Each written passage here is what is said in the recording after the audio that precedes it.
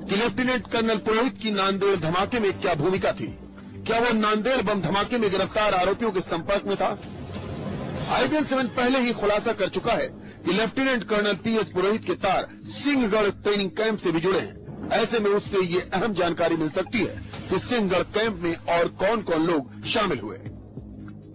On the part of the army, without any hesitation, army is fully assisting and cooperating with the investigation agencies. We are waiting for a report from the Maharashtra police. जांच अधिकारी ये भी जानने की कोशिश कर रहे हैं कि साल 2004 और 2005 में पुरोहित ने फर्जी कागजात की बिना पर क्यों और कैसे हथियारों की खरीद फरोख्त की। क्या असम में पोस्टिंग के दौरान उसने किसी नक्सली ग्रुप और बांग्लादेशी आतंकियों के साथ अपने रिश्ते बनाए थे? क्या नांदेड़ और मालेगांव बम धमाके के लिए RDX पुरोहित ने मुहैया कराए? समीर कुलकर्णी क्यों और कैसे मालेगांव धमाके के पहले कश्मीर गया था? इस पूरे मामले में कई और गिरफ्तारियां हो सकती हैं। महाराष्ट्र सरकार ने ATS को इस पूरे मामले की तह तक जाने के आदेश दिए हैं।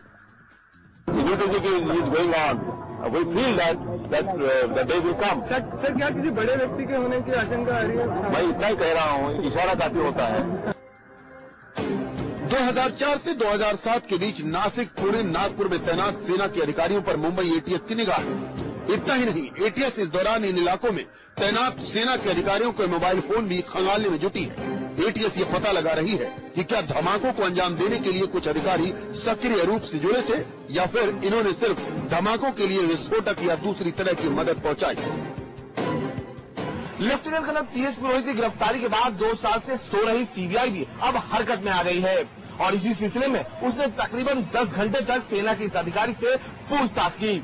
वो उसे जानने में जुटी रही कि कहीं ऐसा तो नहीं कि उसका नाता मालेगांव बम धमाके के अलावा नांदेड़ और दूसरे धमाकों से भी है। हालांकि अब भी इस पूरे मामले पर कोई भी अधिकारी कुछ भी बोलना नहीं चाहता। नियाज के साथ निशात शमसी, मुंबई, IBN 7। और अब सीधे रुक करते मुंबई का, जहां मेरे सहयोगी निशात शमसी मौजूद है। निशात, कल 10 घंटे तक लेफ्टिनेंट कर्नल PS पुरोहित से बात हुई, पूछताछ हुई और उसने अहम खुलासा किया, यानी 3 सेना के अधिकारियों का उसने नाम लिया है। देखिए पंकज, अब भी इस पूरे मामले पर जो नाम है अधिकारी के उसका खुलासा ATS नहीं कर रही है, लेकिन जिन अधिकारियों के नाम आए हैं, जो 3 अफसरों के नाम आए हैं, वो तीनों लोग ऊंचे पदों पर बैठे हैं सेना में और ये तमाम जानकारी जो है PS पुरोहित ने दी है। क्योंकि जिस तरह से उनका फोन डिटेल्स आया है और पूछताछ की है ATS और CBI ने, तो ये खुलासे हुए हैं। जी बिल्कुल, आपके पास लौटते हैं। हम आपको बता दें, मालेगांव ब्लास्ट की जांच कर रही मुंबई ATS को लगातार सनसनीखेज जानकारियां मिल रही हैं। ATS को शक है कि मालेगांव ब्लास्ट में इस्तेमाल RDX जम्मू कश्मीर से आया था।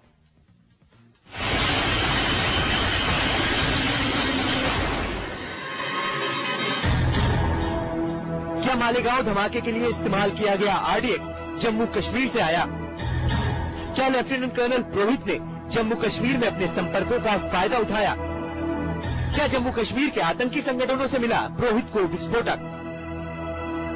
मुंबई ATS के 3 सवाल भारतीय सेना में खलबली मचाने के लिए काफी है। मुंबई ATS को आशंका है कि मालेगांव धमाके की साजिश में गिरफ्तार लेफ्टिनेंट कर्नल पुरोहित ने मालेगांव धमाके के लिए RDX जम्मू कश्मीर में अपने संपर्कों के जरिए मुहैया कराया।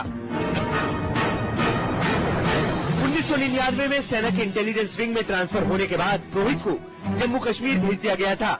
साल 2000 से लेकर अगले 5 साल तक वो जम्मू कश्मीर में सेना के लिए खुफिया जानकारियां जुटाता रहा।